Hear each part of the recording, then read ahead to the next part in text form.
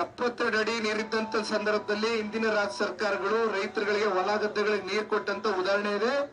ಇವತ್ತು ಈ ಕಾಂಗ್ರೆಸ್ನ ಸರ್ಕಾರ ಇವತ್ತು ಟಿಸಿ ಕಲೆಕ್ಷನ್ ಏನ್ 10,000 ಇತ್ತಂತದನ್ನ ಇವತ್ತು 2.5 ಲಕ್ಷ ರೂಪಾಯಿಗೆ ಏರಿಕೆ ಮಾಡಿರ್ತಕ್ಕಂಥದ್ದು ಇದೇ ಕಾಂಗ್ರೆಸ್ನ ಸರ್ಕಾರ. ಬಹುಶಃ ಇದನ್ನೆಲ್ಲ ನಾವು ನೋಡ್ತಾ ಹೋದ್ರೆ ಇವತ್ತು ಸಂಪೂರ್ಣವಾಗಿ ಇವತ್ತು ರೈತರ ವಿರುದ್ಧವಾಗಿ ನಿಂತಿರ್ತಕ್ಕಂಥ ಈ ಕಾಂಗ್ರೆಸ್ ಸರ್ಕಾರನ ಇನ್ನೇನ್ 11 ತಿಂಗಳಾಗದೆ ಇವ್ರು ಬಂದು ಈ ನಮ್ಮ ಹೆಣ್ಮಕ್ಳಿಗೆ ಈ ಹೊಸದಾಗಿ ಬೆದರಿಕೆ ಶುರು ಮಾಡಿದ್ದಾರೆ 2-3 ತಿಂಗಳಿಂದ. ಈ 2,000 ರೂಪಾಯಿ ಗೃಹಲಕ್ಷ್ಮಿ ಯೋಜನೆ ಅಂತಾರೆ. ಪಾಪ ನಮ್ ಗಂಡ ಹೆಕ್ಲಿಗೆ ಮದ್ಯಪಾನ ರೇಟ್ 400 ರೂಪಾಯಿ ಹೊಟ್ಟೆ ಮೇಲೆ ಹೊಡೆದು ಕಿತ್ಕೋತಾರೆ. ಇದು ಕೊಡೋ ಸರ್ಕಾರ ಅಲ್ಲ, ಇದು ಕಿತ್ಗಳ ಸರ್ಕಾರ, ಇದು ಬಾಚ್ಗಳ ಸರ್ಕಾರ. ಈ ನೀವು ಪಿಡಿ ಅಂತ ಹೇಳಿ BBMP ತಗೊಳ್ಳಿ, ಎಲ್ಲ ಪ್ಲಾನಿಂಗ್ ಅಥಾರಿಟಿ ಬೆಂಗಳೂರು ಬಂದು ನೋಡಿದ್ರೆ ಇವತ್ತು ಸ್ಕ್ವೇರ್ ಫೀಟ್ ಗೆ ಇವತ್ತು ಓಸಿ ಕೊಡೋದಕ್ಕೆ 75 ರೂಪಾಯಿ ಇವತ್ತು ಫಿಕ್ಸ್ ಮಾಡಿರ್ತಕ್ಕಂಥದ್ದು. ಇವತ್ತು ನಮ್ಮ ನಾಡಿನ ನಮ್ಮ ರಾಜ್ಯದ ಸಂಪತ್ತು ಇವತ್ತು ಅಕ್ಕಪಕ್ಕ ರಾಜ್ಯಗಳಿಗೆ ಇವತ್ತು ಈ ಕಾಂಗ್ರೆಸ್ನ ಸರ್ಕಾರ ಈ ದುಡ್ಡನ್ನು ಸಾಗಾಣಿಕೆ ಮಾಡ್ತಾ ಇರ್ತಕ್ಕಂಥದ್ದು. ಇವತ್ತು ಕರ್ನಾಟಕ ರಾಜ್ಯದ ಸಂಪತ್ತನ್ನ ಈ ರೀತಿ ಕಾಂಗ್ರೆಸ್ ಪಕ್ಷ ಲೂಟಿ ಮಾಡ್ತಾ ಇರ್ತಕ್ಕಂಥದ್ದು ಇವತ್ತು ನಮ್ ಕಣ್ಮುಂದೆ ಇರ್ತಕ್ಕಂಥ ಸಾಕ್ಷಿ ಗುಡ್ಡೆ.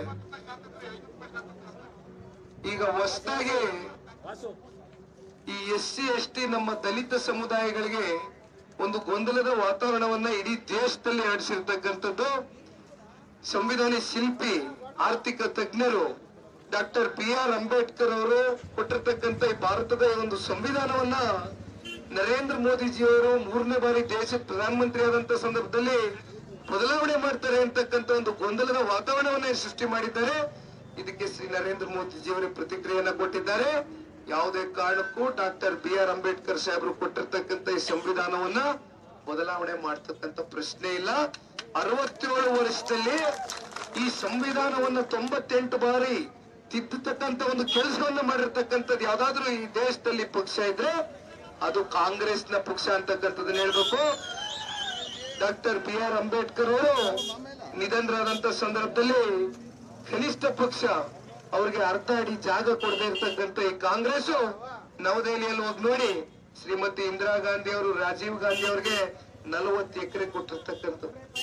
ಆದ್ರೆ BR ಅಂಬೇಡ್ಕರ್ ಅವ್ರಿಗೆ ಇವತ್ತು ಗೌರವ ಕೊಟ್ಟಿರ್ತಕ್ಕಂಥ ನಾಯಕ ಪಕ್ಷ ಯಾವ್ದಾದ್ರು ಇದ್ರೆ ಅದು ಶ್ರೀ ನರೇಂದ್ರ ಮೋದಿಜಿಯವರು ಅಂತಕ್ಕಂಥದ್ದು ನೆನ್ಸ್ಕೊಳ್ಬೇಕಾಗ್ತದೆ.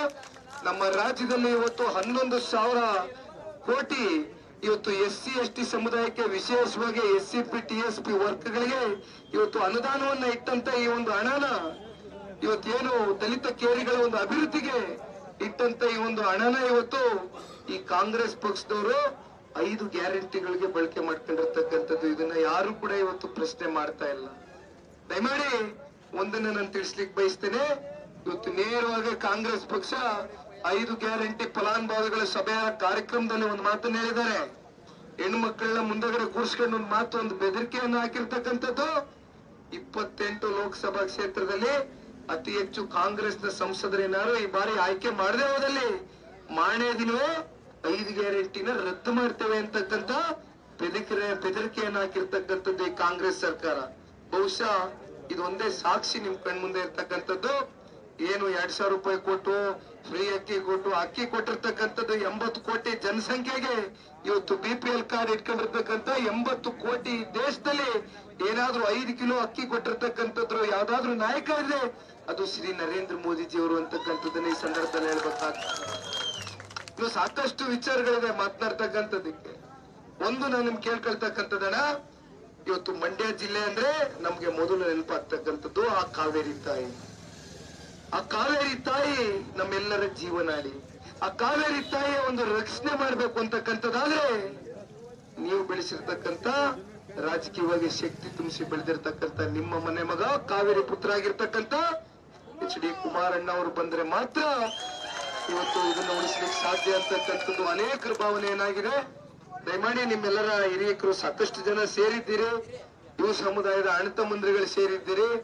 ನಿಮ್ಮೆಲ್ಲರ ಒಂದು ಆಶೀರ್ವಾದ ಆರೈಕೆ ಈ ಬಾರಿ ಕುಮಾರಣ್ಣನಿಗೆ 28 ಲೋಕಸಭಾ ಕ್ಷೇತ್ರದಲ್ಲಿ ಅತ್ಯಂತ ಪ್ರಚಂಡ ಬಹುಮತದಿಂದ ನಿಮ್ಮೆಲ್ಲರ ಒಂದು ಆಶೀರ್ವಾದದಿಂದ ಈ ಬಾರಿ ಅವರನ್ನ ಸಂಸದರಾಗಿ ಆಯ್ಕೆ ಮಾಡ್ತೀರಾ ಅಂತಕ್ಕಂಥ ಒಂದು ವಿಶ್ವಾಸದಿಂದ ಇನ್ನು ಸಾಕಷ್ಟು ಊರುಗಳಿಗೆ ತೆರಳದಿದೆ. ಇಲ್ಲಿ ಹೊಸದಾಗಿ ಪಕ್ಷದ ಕಚೇರಿ ಬೇರೆ ಇವತ್ತಿನ ಉದ್ಘಾಟನೆ ಮಾಡ್ತಾ ಇದ್ದಾರೆ.